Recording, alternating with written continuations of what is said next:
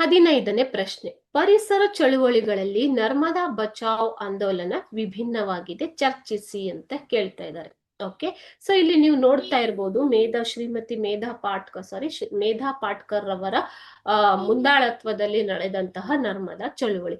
ಗುಜರಾತ್ ರಾಜ್ಯದ ಸರ್ದಾರ್ ಸರೋವರ್ ಯೋಜನೆಯಡಿಯಲ್ಲಿ ನರ್ಮದಾ ನದಿಗೆ ಕಟ್ಟಲಾದ ಆಣೆಕಟ್ಟು ನಿರ್ಮಾಣ ಅಲ್ಲಿನ ಸ್ಥಳೀಯ ಜನರನ್ನ ಮತ್ತು ಬುಡಕಟ್ಟು ಜನರನ್ನ ನಿರ್ಗತೀಕರಣಕ್ಕೆ ಒಳಪಡಿಸಿತ್ತು. ಅದರಿಂದ ಅವರು ವಸತಿಗಳನ್ನ ಕಳೆದುಕೊಂಡು ನಿರ್ಗತಿಕರಾಗ್ತಾ ಇದ್ರು ಅಣೆಕಟ್ಟು ಕಟ್ಟುವ ಸಲುವಾಗಿ. ಓಕೆನಾ, ಇದರಿಂದ ಅರಣ್ಯ ನಾಶ, ಪರಿಸರ ನಾಶ ಮತ್ತು ಜೀವ ಸಂಕುಲಗಳಿಗೆ ತೊಂದರೆಯಾಗುತ್ತದೆ ಎನ್ನುವುದು ವೈಜ್ಞಾನಿಕವಾಗಿ ತಿಳಿದು ಅವುಗಳನ್ನ ಸಂರಕ್ಷಣೆ ಮಾಡಬೇಕು ಎನ್ನುವ ಆಶಯದಿಂದ ಶುರುವಾದಂತಹ ಚಳುವಳಿಯೇ ನರ್ಮದಾ ಬಚಾವೋ ಆಂದೋಲನ.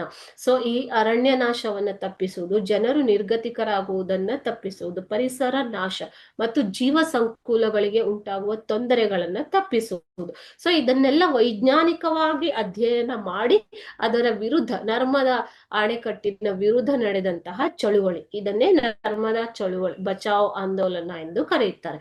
ಸೊ ಈ ಕಾರಣದಿಂದ ಈ ಚಳುವಳಿಯು ಅಥವಾ ಆಂದೋಲನವು ಬೇರೆ ಎಲ್ಲ ಚಳುವಳಿಗಿಂತ ವಿಭಿನ್ನವಾಗಿದೆ.